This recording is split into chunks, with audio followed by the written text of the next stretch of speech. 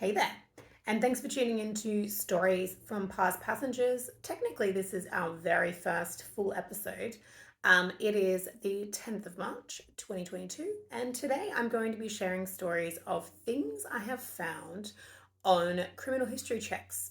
Part of immigration requirements is that people will have to provide police clearances for every country that they've lived in for more than 12 months in the last 10 years. And wowee, have I seen some doozy offences of things that people have done.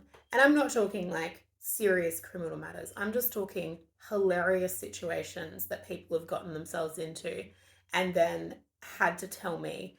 And in some situations, I've literally been the only person in the world, other than the police, that have known this situation. So, first and foremost, the runner up, I guess, of the most ridiculous criminal history story that I've looked at is what were they? I think this man was a crane operator, and let's call him Neville Pierce. Totally making these names up. Neville Pierce was a crane operator, and Neville provided his police clearance or his FBI check from the US. From Neville's police clearance, it appeared that he had been prosecuted to 6 months imprisonment for 1 gram of cocaine.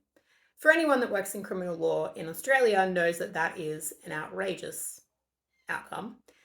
So turns out it's just that he actually would have got sentenced to 6 months imprisonment, but he was on probation for that period. So, fun fact: an FBI police clearance is probably one of the hardest ones to read. The next one is a very recent one that I got to read. So essentially, it was a college prank gone wrong. So I can only put college stories into when I watch a movie and there's, dorm rooms in a American college. And what this person did, let's call him Bob Sloan. Bob Sloan essentially overturned really his mate's dorm room. So all of the things where you see the beds out the window, the bits and pieces here and there. As you can imagine, it looked like something out of a 90s teen high school or college movie. Instead of thinking that the prank was hilarious, what happened was the other people in the dorm just called the cops. So my client ended up in jail that night, just to kind of teach him a bit of a lesson to maybe not throw mattresses out windows and things like this.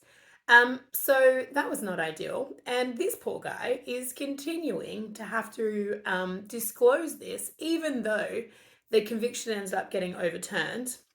Again, a US matter. And he has to continue to disclose this on his police clearances, which get disclosed for jobs.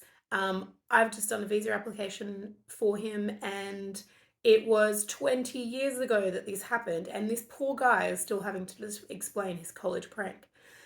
So, pretty good effort.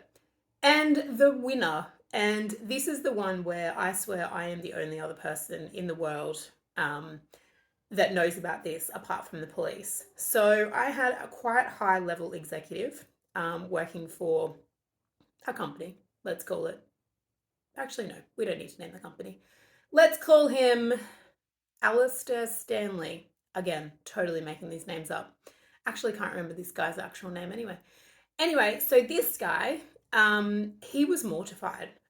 He had to call me and essentially tell me the story. So he had taken a sleeping pill, and this is one of the sleeping pills that was, again, it's the US, again, was on the market for the US. I can't remember what it's called, but it was one that, again, is kind of common. It's not Prozac, but it's in the common nature of the Prozac pill that you see people getting prescribed in movies. He took one or two of those, and he was living in an apartment block. He has no recollection of this, according to him. So he took this and he thought he went to sleep.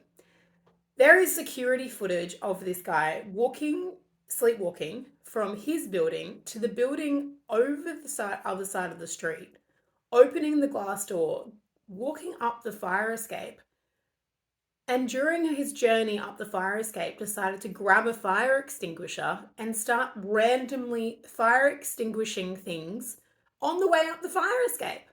Who is this guy? Hilarious. Anyway, he woke up and he was handcuffed to a chair in a police station. So, kids, don't take sleeping pills, or at least those ones. And wow, what? So, again, great stories. Great stories that people have to tell me, that I find out things. Sometimes I also find out that people are pregnant before even their partners know. That's always a bit of an awkward conversation, but that is today's stories from past passengers. Character clearances that will carry you around with you forever. So take care and thanks for tuning in. See you next Thursday, 5 p.m. Bye.